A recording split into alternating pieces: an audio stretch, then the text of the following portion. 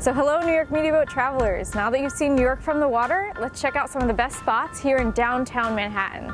So downtown is one of my favorite parts of the city.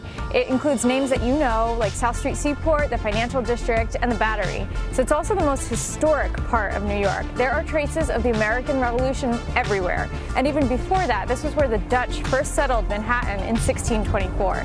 So we'll get to all of those great sites, but let's start at one of the newest places in downtown Manhattan, the World Trade Center.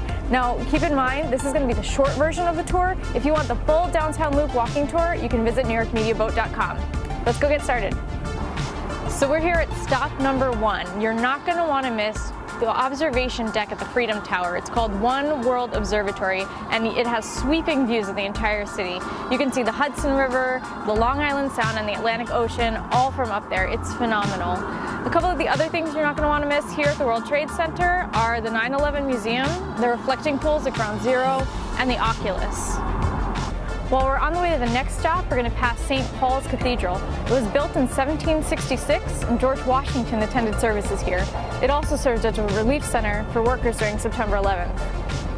City Hall Park, it's a small park, but it's one of the best. It's surrounded by architectural landmarks. You have the Woolworth Building and its characteristic green roof, and you have City Hall, which was built in 1812.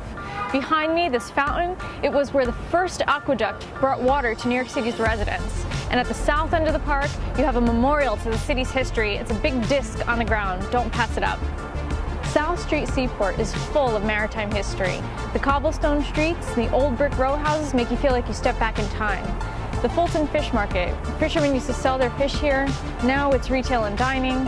There's the Pier 17. Here you can board 2 historic ships, the 1908 Ambrose Lightship and the 1885 cargo ship Wavertree. Both are part of the South Street Seaport Museum. So we're walking along the East River Walkway to the Battery. The Battery is the southernmost tip of Manhattan. You can see the Statue of Liberty from here, but you have a much better view on New York Media Boat. You do get an excellent view of Castle Clinton, which was a fort built in 1808 to keep the British at bay. The Customs House sits on the site of the original Dutch settlement here in Manhattan. It's now home to the Museum of the American Indian and the National Archives. In front of it is Bowling Green Park, and this is where Broadway starts. Let's go take a walk up that famous street.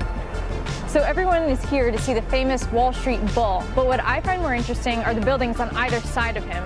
So over here you have 26 Broadway, which is the old Standard Oil building, built by the famous Rockefeller families in the early 1920s.